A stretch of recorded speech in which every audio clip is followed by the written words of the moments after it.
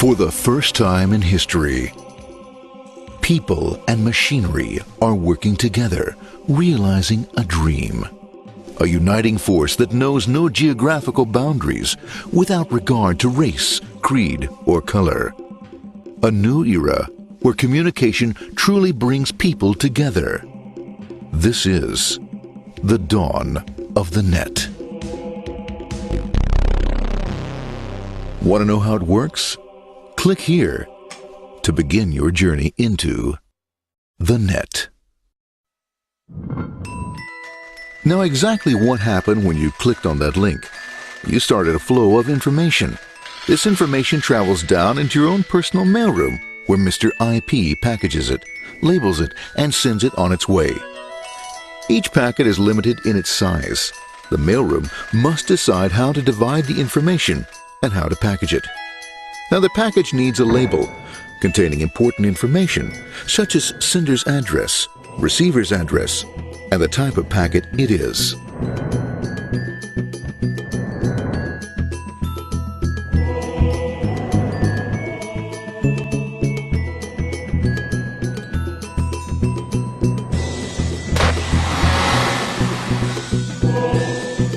Because this particular packet is going out onto the internet, it also gets an address for the proxy server, which has a special function, as we'll see later.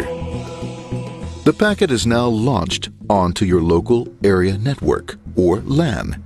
This network is used to connect all the local computers, routers, printers, etc. for information exchange within the physical walls of the building. The LAN is a pretty uncontrolled place, and unfortunately, accidents can happen.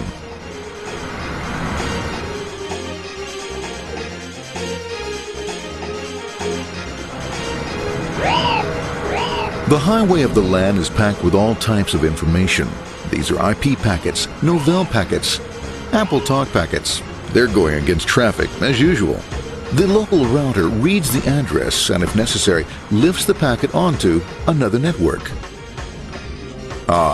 The router, a symbol of control in a seemingly disorganized world. Whoops, sorry about that. Let's go with this one here, this one here.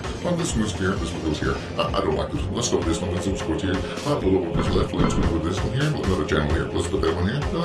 Let's put that one here. There he is. Systematic, uncaring, methodical, conservative, and sometimes not quite up to speed. Sorry. But at least he is exact. For the most part. That one goes there, that one goes there, that one goes there, and this one goes there. Another one goes there, that goes there. He's behind one, let's go there, that goes there, he goes there, let's go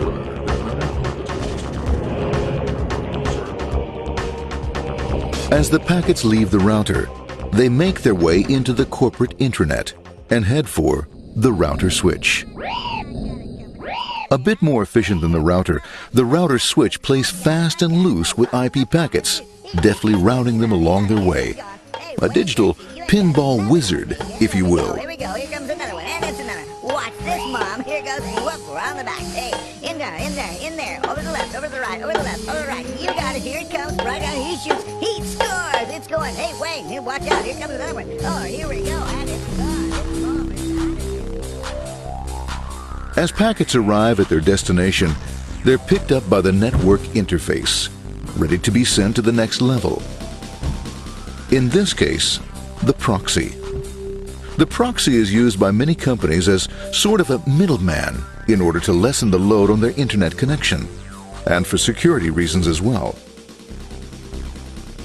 As you can see, the packets are all of various sizes, depending upon their content.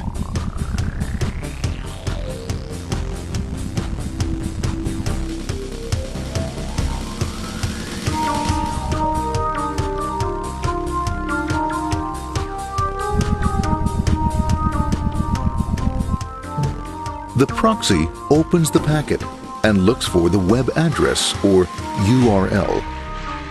Depending upon whether the address is acceptable, the packet is sent onto the internet.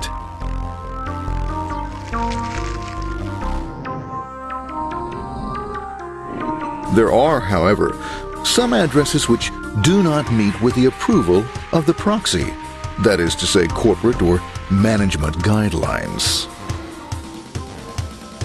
these are summarily dealt with.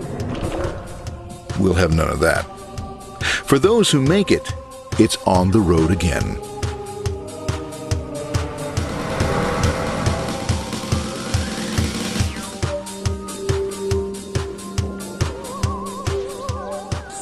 Next up, the firewall.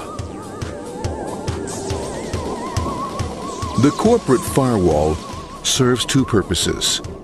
It prevents some rather nasty things from the internet from coming into the intranet, and it can also prevent sensitive corporate information from being sent out onto the internet. Once through the firewall, a router picks up the packet and places it onto a much narrower road, or bandwidth, as we say. Obviously, the road is not broad enough to take them all. Now you might wonder what happens to all those packets which don't make it along the way. Well, when Mr. IP doesn't receive an acknowledgement that a packet has been received in due time, he simply sends a replacement packet. We are now ready to enter the world of the Internet. A spider web of interconnected networks which span our entire globe. Here, routers and switches establish links between networks. Now, the net is an entirely different environment than you'll find within the protected walls of your LAN. Out here, it's the Wild West. Plenty of space, plenty of opportunities, plenty of things to explore and places to go. Thanks to very little control and regulation, new ideas find fertile soil to push the envelope of their possibilities. But because of this freedom, certain dangers also lurk. You'll never know when you'll meet the dreaded ping of death.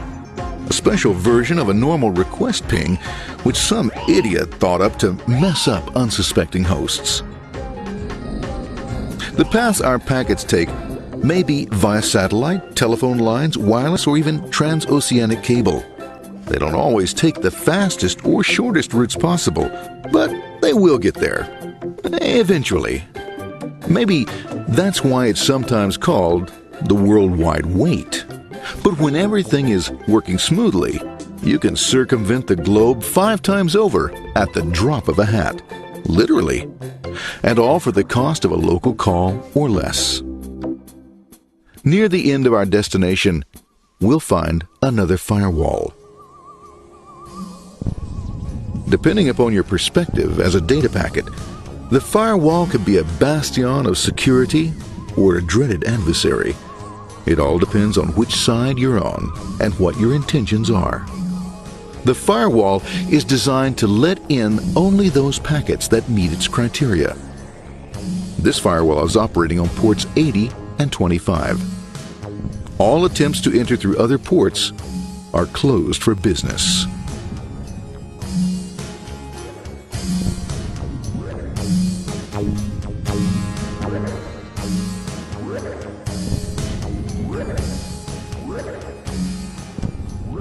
Port 25 is used for mail packets, while Port 80 is the entrance for packets from the Internet to the web server. Inside the firewall, packets are screened more thoroughly. Some packets make it easily through customs, while others look just a bit dubious. Now, the firewall officer is not easily fooled, such as when this ping of death packet tries to disguise itself as a normal ping packet. It's okay, Norm. It's okay. No problem. Have a nice day. Be out of here. Bye. For those packets lucky enough to make it this far, the journey is almost over. It's just a lineup on the interface to be taken up into the web server. Nowadays, a web server can run on many things, from a mainframe to a webcam to the computer on your desk. Or why not your refrigerator? With a proper setup, you can find out if you have the makings for chicken cacciatore or if you have to go shopping. Remember, this is the dawn of the net. Almost anything's possible. One by one, the packets are received, opened, and unpacked. The information they contain, that is, your request for information, is sent on to the web server application.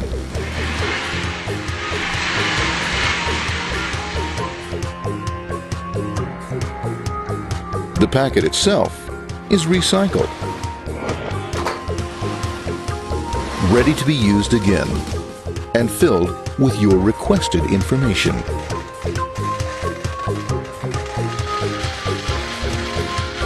Addressed and sent out on its way back to you. Back past the firewall, routers, and on through to the internet. Back through your corporate firewall.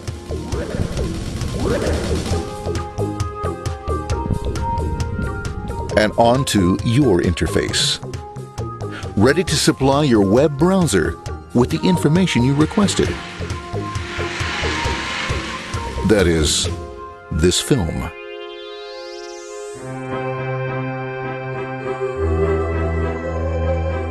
Pleased with their efforts and trusting in a better world, our trusty data packets ride off blissfully into the sunset of another day, knowing fully they have served their masters well.